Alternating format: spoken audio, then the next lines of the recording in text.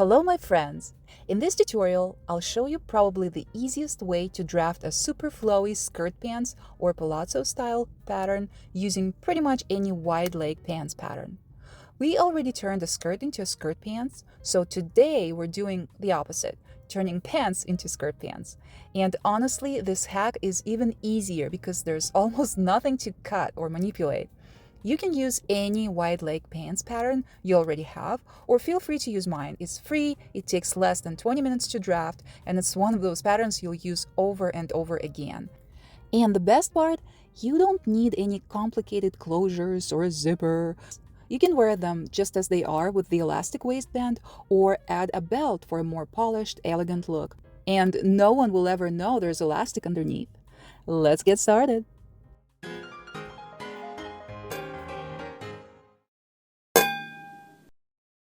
For this pattern draft, we will use my basic shorts pattern. I will leave that link in the upper right corner and in the description below. The first thing we need to do is cut the pattern right down the middle to separate the front from the back. From here, we'll work with the front and back pieces separately. Guys, I didn't even use a separate piece of paper for this.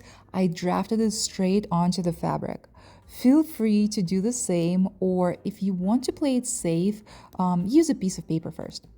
It doesn't really matter whether you start with the front or the back, the steps are exactly the same. I will start with the back. Find the point at the top of the center line, right where we just separated the front from the back. From that point, measure ½ inch up and ½ inch out and mark your new point. And we'll do the same thing on both pieces. Now connect this new point to the center back point with a smooth curve. Since we're turning the shorts into a skirt pants shape, we want this new waistline to curve slightly upward instead of staying flat. Now, if you don't already have a full-length pants pattern, we need to extend our inseam. My original shorts pattern has a 5-inch inseam. These are loose-fitting pants, so the crotch sits about 1 inch lower than on regular pants. So, for example, if your usual inseam is 34 inches, use 33 inches here. Since we already have 5 inches, we need to extend the inseam by 28 inches. And if you're drafting directly on the fabric, you can add that hem allowance right away. I usually add 1 inch for a double ½ inch fold.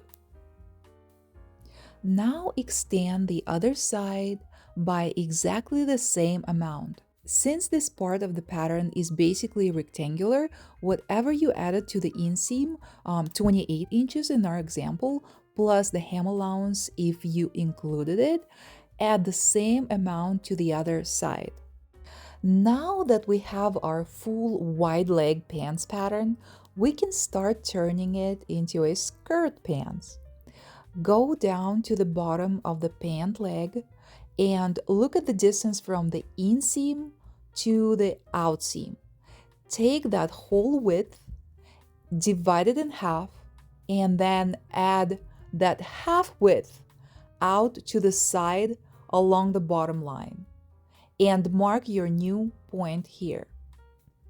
So basically, we're making this back piece 1.5 times as wide as the original pant leg, and later we'll do exactly the same with the front.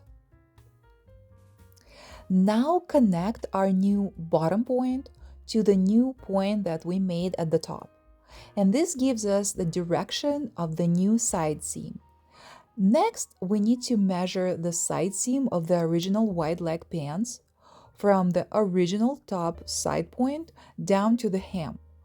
And take that same measurement, start from our new top point, and measure it down along this new line. Mark the end, and that becomes the actual bottom of our new side seam. Just draw that nice curve, and that's it. Our back piece is done. Now do exactly the same thing with the front piece. From the top center front point, measure half an inch up and half an inch out and mark the new point. Connect it back to the center front with a smooth curve, and this one will be a little more steep. Extend the inseam by exactly the same amount as you did on the back. Then at the bottom, add half the width of the front paint leg and make sure you're using the front leg. Don't use the measurement for the back leg, only the front. Draw your new side seam line and from the new top point, measure down the same side seam length as before. And that's your front pattern piece. Okay, a couple of very important things to consider. First, these pattern pieces do not include any seam allowances, so don't forget to add them before cutting. Second, if you're using my original shorts pattern, remember that it sits about 1.5 inches below the natural waist. That's still a pretty high rise. So if you're adding an elastic waistband or casing, don't make it too tall unless you actually want a higher waist. And one more thing, that extra half an inch we added to the side at the top is just there to give these pants a little more room and a nicer flow. So if you're using a different wide leg pants pattern, especially one without an elastic waist, you may need to adjust that. When I drafted these, I made sure to leave enough room through the hips. You really don't want this style to be tight around the hips, especially with an elastic waist. Otherwise, it can look fitted at the hips and then bunch up at the waist. The whole idea is to keep it loose and flowy from the top, so the fabric falls smoothly and beautifully. And now probably the most important part, fabric choice. I used cotton because I wanted to show that you can still get a great result even with a fairly stiff fabric. But honestly, don't use cotton or linen for these unless you're anorexic and you want to look twice your size. Go for something lightweight, thin, and very, very drapey. I'll put names of those fabrics here because I don't think I will be able to pronounce them. So you want something that flows instead of like standing away from the body. And pay attention to the prints as well. Avoid huge, bold motifs. They will also make you look twice your size. A small or medium print, like tiny dots or like softer all-over pattern, works much better. That's actually why my cotton pair still looks pretty good, because the print keeps all that volume from looking overwhelming. Please don't forget to click on like if you find my videos helpful, and have fun making your own palazzo pants. And I will see you next time. Goodbye!